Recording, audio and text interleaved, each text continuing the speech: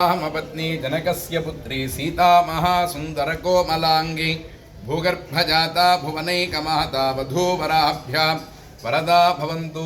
తిరుమల తిరుపతి దేవస్థానములో ఒంటిమిట్ట శ్రీ కోదండరామస్వామి దేవాలయమునందు రాజద్వారమునందు అత్యంత విశేషంగా సీతారామ కళ్యాణ ఘట్టానికి సంబంధించినటువంటి శిల్ప విశేషము.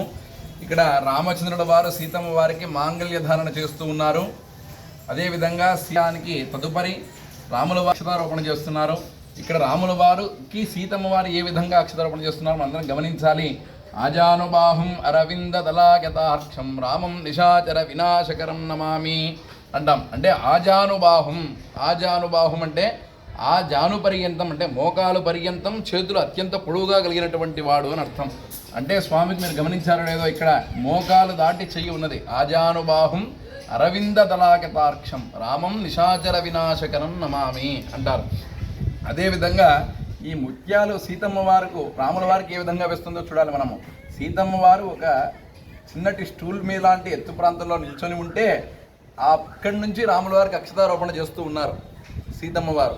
అంటే వెనకల జనక మహారాజు పట్టుకుని ఉంటే అంటే అంతటి ఎత్తు గలవాడట రామచంద్రుల వారు.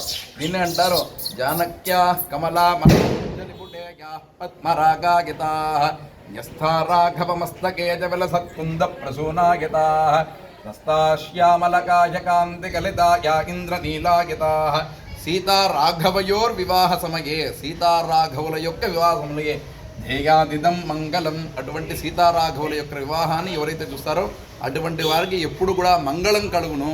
ఓం నమో నారాయణాయ.